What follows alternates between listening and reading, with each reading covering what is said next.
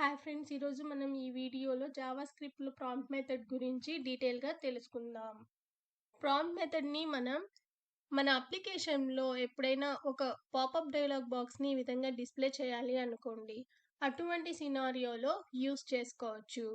ఇలా మనం prompt మెథడ్ని use చేసి యూజర్ దగ్గర నుంచి ఇన్పుట్ని గెట్ చేసుకోవచ్చు. ఈ డైలాగ్ బాక్స్లకి మనకి ఈ విధంగా 2 బటన్స్ వస్తాయి. దీనివల్ల ప్రాంప్ట్ మెథడ్ నుంచి ఎటువంటి డేటా అన్నది మనకి రిటర్న్ అవుతుంది అన్నది డిసైడ్ అవుతుంది. మీరు ఓకేని క్లిక్ చేశారనుకోండి, యూజర్ ఇన్పుట్ ఇచ్చిన తర్వాత ఓకేని క్లిక్ చేస్తే ఈ ఇన్పుట్ అన్నది మనకి రిటర్న్ అవుతుంది. ఒకవేళ మీరు ఎటువంటి ఇన్పుట్ ఇవ్వకుండానే యూజర్ అన్నది ఓకే క్లిక్ చేశారనుకోండి, అటువంటి టైంలో ఎంప్టీ స్ట్రింగ్ అన్నది రిటర్న్ అవుతుంది. అసలు ఓకేని క్లిక్ చేయకుండా క్యాన్సిల్ బటన్ని క్లిక్ చేస్తే నల్ వాల్యూ రిటర్న్ అవుతుంది. సో ఈ విధంగా యూజర్ ఇచ్చే వాల్యూని బేస్ చేసుకొని, క్లిక్ చేసే బటన్ని బేస్ చేసుకొని మనకి వాల్యూ అన్నది రిటర్న్ అవుతుంది. ఇక్కడ ఈ మెథడ్ ఏ టైప్ ఆఫ్ వాల్యూని రిటర్న్ చేస్తుంది అంటే స్ట్రింగ్ టైప్ని రిటర్న్ చేస్తుంది.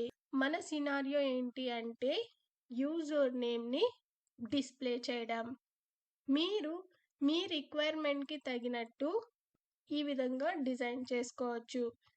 మీరు ఈ ప్రాంప్ట్ మెథడ్లో ఏదైతే టెక్స్ట్, ఇక్కడ నేను ఎంటర్ యువర్ నేమ్ అని చెప్పి యూస్ చేస్తున్నాను. ఇలా కాకుండా మీరు ఇచ్చే టెక్స్ట్ ఏదైతే ఉందో అది ఈ టెక్స్ట్ బాక్స్కి ముందు ఈ విధంగా డిస్ప్లే అవుతుంది. ఎప్పుడైనా కానీ మీ టెక్స్ట్ అనేది యూజర్ ఇచ్చే ఇన్పుట్కి, మీరు ఏ ఇన్పుట్ని రిసీవ్ చేసుకోవాలి అనుకుంటున్నారో దానికి రిలేటెడ్ టెక్స్ట్ అయ్యి ఉండాలి. మీనింగ్ఫుల్గా కంపోజ్ చేసుకోండి.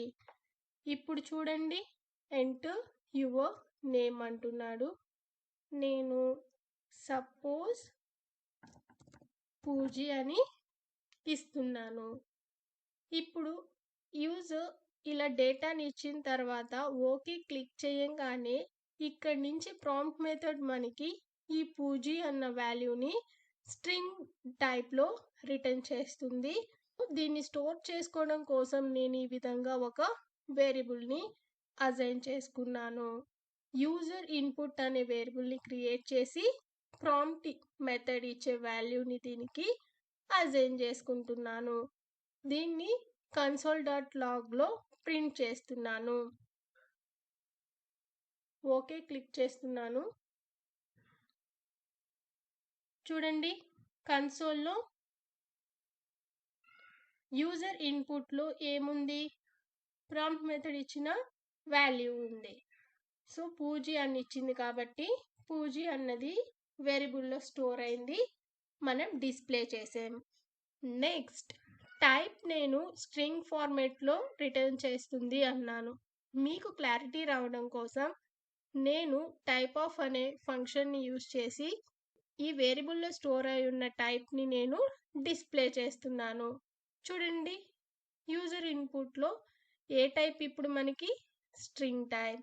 దీన్ని బట్టి మనకి ఏమర్థమైంది, ప్రాంప్ట్ మెథడ్ రిటర్న్ చేసేది స్ట్రింగ్ టైప్ వాల్యూని రిటర్న్ చేస్తుంది.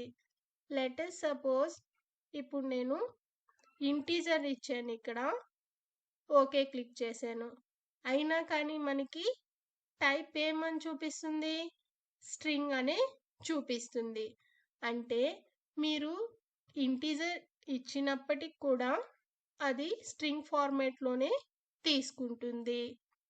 ఇప్పుడు మన అవసరం ఏమొచ్చింది అంటే అది తీసుకునే టైప్ స్ట్రింగ్ అయినా మనం నెంబర్లోకి కన్వర్ట్ చేసుకోవాలి ఫ్యూచర్ యూస్ కోసం. అటువంటి సినారియోలో ఈ విధంగా ఇంకొక వేరియబుల్ తీసుకున్నాను, కన్వర్టెడ్ యూజర్ ఇన్పుట్ అని.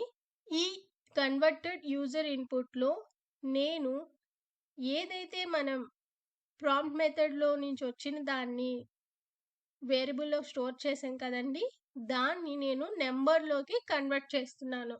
బేసిక్గా ఇది ఇప్పుడు స్ట్రింగ్ టైప్. ఇక్కడ చూడండి, స్ట్రింగ్, ఇది స్ట్రింగ్ టైప్. ఇప్పుడు దీన్ని మనం నెంబర్లోకి కన్వర్ట్ చేసాం. నెంబర్లోకి కన్వర్ట్ చేసిన తర్వాత మళ్ళీ console.logలో దాన్ని ప్రింట్ చేస్తున్నాను, టైప్ని ప్రింట్ చేస్తున్నాను. ఇప్పుడు చెక్ చేద్దాం. జస్ట్ ఇంకొకసారి నేను ఫంక్షన్ F5 క్లిక్ చేస్తున్నాను, ఇంటీజర్ని ఇస్తున్నాను. ఇప్పుడు చూసారా, ఫస్ట్ ఏదైతే ఉందో ఇక్కడ నేను కన్వర్ట్ చేయట్లేదు, వచ్చిన టైప్ని వచ్చినట్టే డిక్లేర్ చేస్తున్నాను. సో ఇచ్చిన ఇన్పుట్ ఏంటి, 32. ఈ 32 అనేది ప్రింట్ అయింది. నెక్స్ట్ యూజర్ ఇన్పుట్ ఏ టైప్, స్ట్రింగ్, ఎందుకంటే prompt method by default string type. నెంబర్లోకి దాన్ని కన్వర్ట్ చేశాను, కన్వర్ట్ చేసిన దాన్ని డిస్ప్లే చేస్తున్నాను 32. ఇప్పుడు కన్వర్ట్ చేసాం కాబట్టి ఇప్పుడు కన్వర్టెడ్ యూజర్ ఇన్పుట్లో ఉన్నది ఏ టైప్, ఇక్కడ చూడండి, నెంబర్. చూసారా, ఈ విధంగా మనం బై డిఫాల్ట్ అయిన స్ట్రింగ్లో నుంచి మనకు అవసరమైన నెంబర్ ఫార్మాట్లో కూడా కన్వర్ట్ చేసుకొని యూస్ చేసుకోవచ్చు.